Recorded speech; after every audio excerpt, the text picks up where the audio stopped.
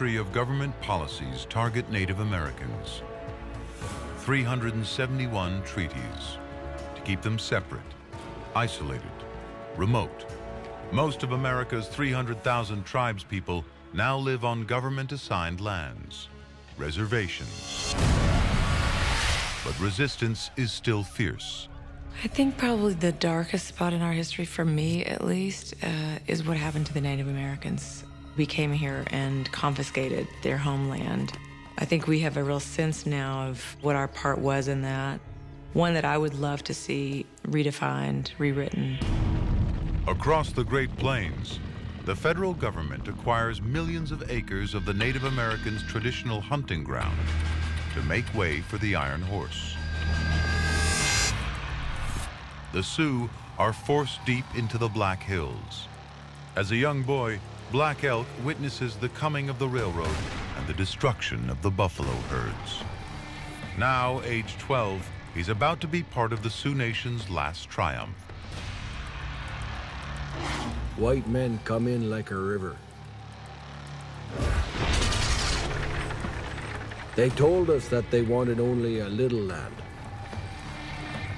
But our people knew better.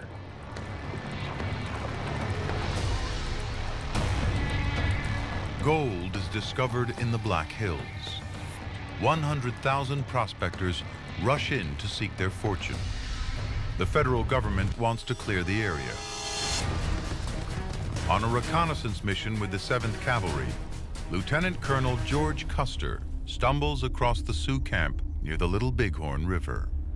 Custer makes a fateful decision.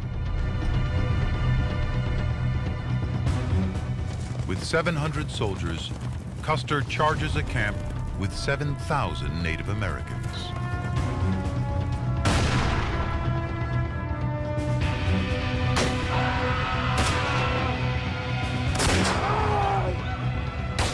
Within 3 hours, all the men in Custer's regiment are dead.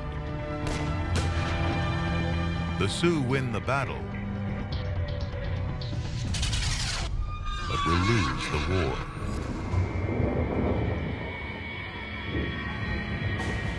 In response, U.S. soldiers force 3,000 Sioux warriors onto reservations. The rest scatter in small bands. Over the next 14 years, the Plains Indians struggle to survive until the incident that finally defeats the Great Sioux Nation. Wounded Knee is a great scar on the American landscape. December 29th, 1890. The last band of independent Sioux surrender beside Wounded Knee Creek. As the cavalry disarms them, a gun goes off accidentally.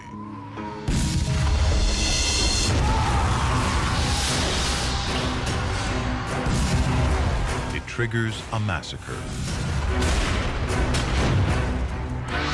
Within minutes, over 200 Sioux warriors, women, and children are dead.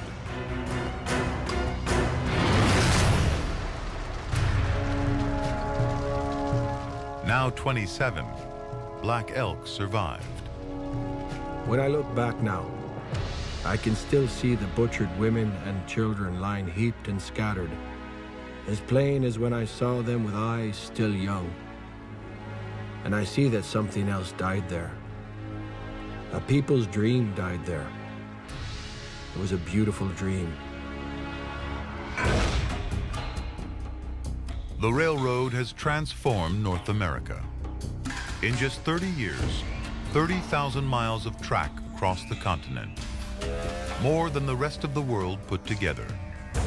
Thousands of new towns spring up around railroad stations, one every 8 miles. 5 rail lines link the east and west coasts. The railroad even changes time itself.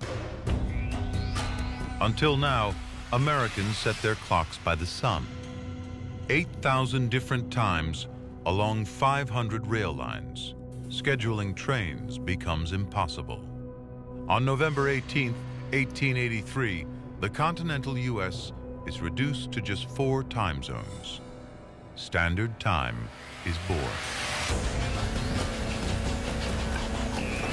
The railroad is now the largest employer in America, nearly 1 million workers.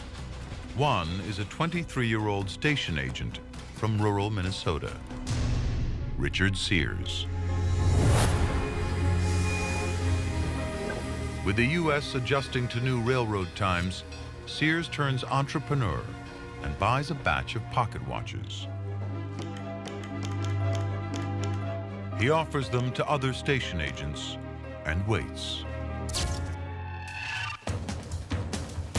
Bingo. An order comes through, followed by another, and then another. Within 6 months, Sears sells all his watches, 2,500, earning 10 times his railroad salary. Realizing he can use the railroad for sales and distribution, Sears jumps on the opportunity with an idea that will transform the nation: the mail order catalog. I think Americans are naturally entrepreneurial. If you worked hard and if you had good ideas and you were willing to make short-term sacrifices, you could succeed in this country.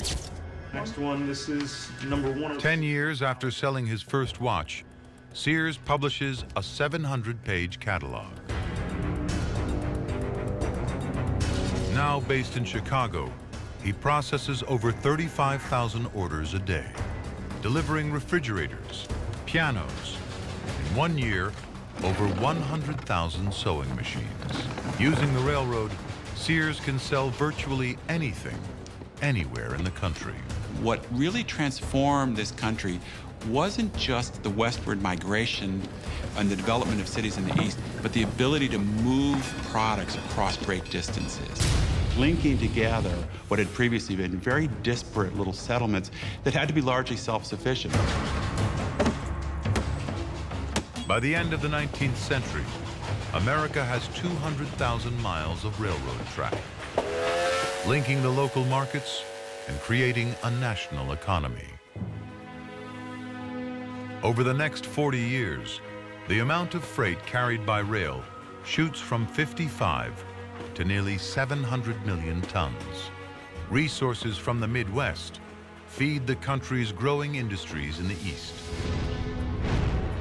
The United States overtakes Britain as the largest manufacturer on Earth, soon producing 30% of the world's goods. The railroads laid the basis for the creation of the single largest market in world economy.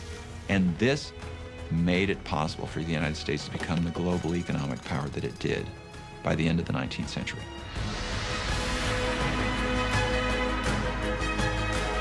In 20 years, the U.S. population doubles to 80 million. The number of cities triples. 7 million Americans leave the country for the nation's booming urban centers.